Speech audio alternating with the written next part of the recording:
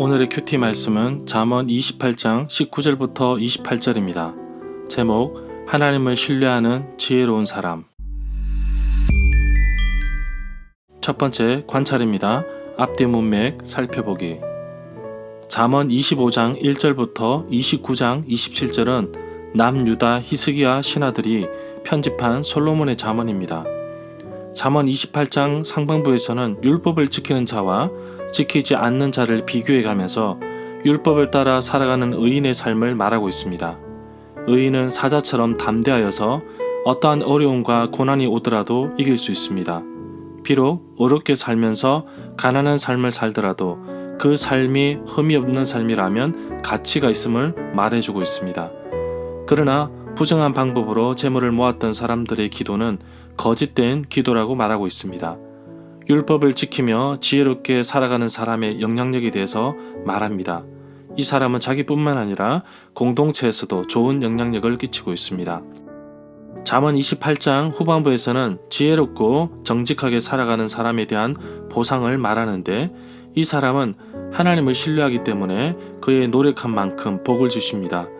지혜로운 사람은 시간 관리에서도 시간을 낭비하지 않습니다. 지혜로운 사람은 여호와를 경외하고 자기 자신보다 하나님을 신뢰합니다.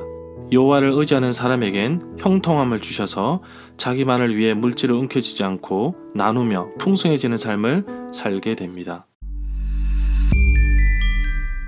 두 번째 해석입니다. 문단 나누기, 내용 파악, 중심 줄거리.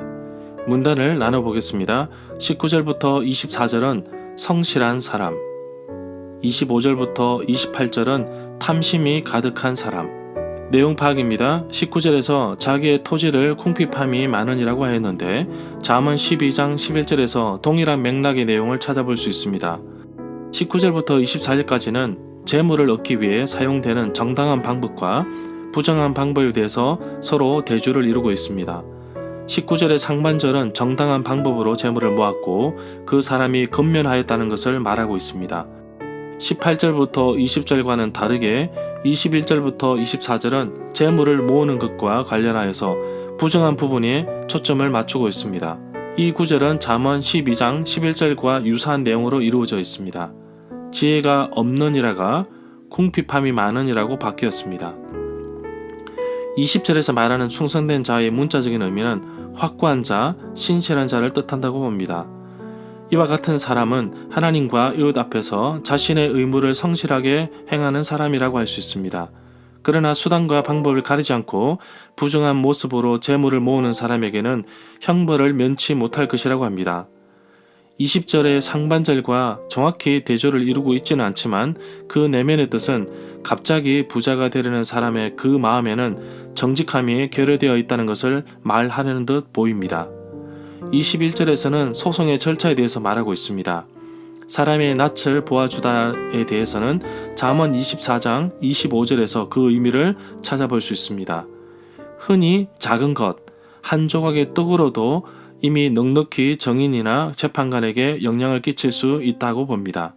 이 구절의 원문들을 직역하면 얼굴들을 주목하는 것이 선하지 않다, 그리고 빵 조각 때문에 사람은 범죄한다입니다. 그래서 이 구절은 법을 집행하는 자가 귀를 기울여야 할 교훈으로 보고 있습니다. 사람은 아주 작은 뇌물에도 넘어갈 수 있습니다.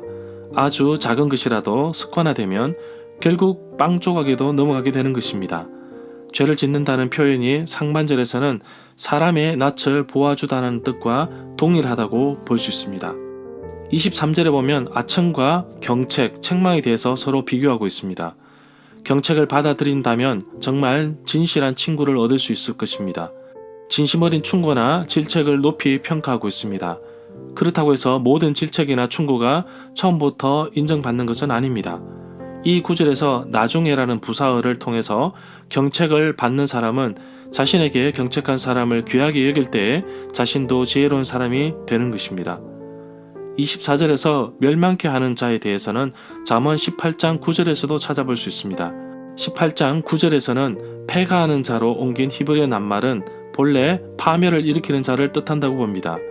출애굽기 12장 23절에 멸하는 자와 히브리어로는 같지만 여기에서는 그와 다른 문맥으로 쓰인다고 볼 수 있습니다. 25절에서 마음이라는 단어를 썼는데 히브리어 단어에서는 여러 가지 뜻이 있습니다. 이 구절에서는 욕구라는 의미로 쓰인 것으로 보입니다. 그래서 이 구절을 탐욕스러운 자를 가리킨다고 봅니다. 이 사람과 대조를 이루는 사람은 여호와를 의지하는 사람입니다. 이 사람은 여호와를 신뢰하고 의지하고 경외하기 때문에 물질이나 권력에 의존하려고 하지 않습니다. 자기 만족보다 어려운 형편에 있는 사람들에게 더 많은 관심을 가지고 있는 사람이라고 할 수 있습니다. 27절은 자신과 폭류함 그리고 인색함과 궁핍의 상호 관계를 대조하고 있습니다. 재물을 얻는 과정에서 올바른 방법에 관하여서 소다는 13절부터 27절을 마무리 짓고 있습니다. 자선을 베푸는 자와 인색하는 자를 비교하는데 여호와를 신뢰하고 의지하는 자와 자기 지혜와 손에 쥔 재물을 의지하는 것과 비교되고 있습니다. 이 구절에서 가난한 자를 구제하는 자라고 하였는데 가난한 자를 돌보아야 하는 의무에 관해서는 잠언 14장 21절, 31절 그리고 19장 17절에서 찾아볼 수 있습니다. 28절은 12절과 수미 쌍관을 이룹니다. 이 구절에서 악인이 일어나면 사람이 숨고라고 하였는데 악인은 평범한 개인이 아니라 왕 또는 권력자로 보아야 할 것입니다. 핵심 내용과 중심 줄거리는 네이버 블로그에 올려져 있습니다. 세 번째 적용입니다. 내게 주시는 교훈. 부지런한 자와 게으른 자를 비교하듯이 열심히 자기 땅에서 경작한 사람은 소산을 많이 먹게 될 것이지만 방탕한 자에게는 수확보다 궁핍이 따를 것이라고 합니다.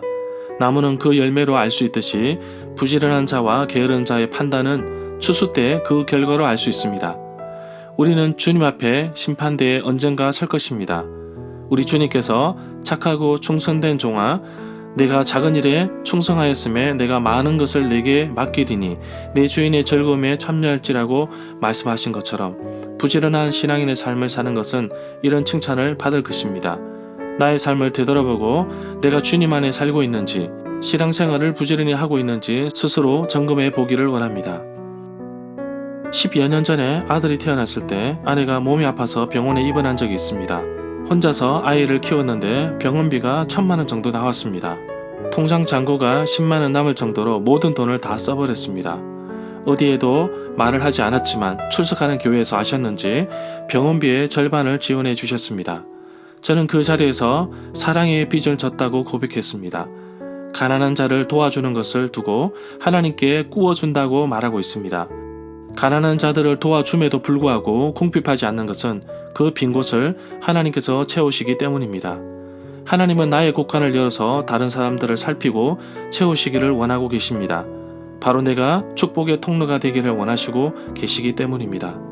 플로잉을 해봅시다. 지혜로운 사람은 나의 것을 의지하지 아니하고 하나님을 경외하며 신뢰합니다.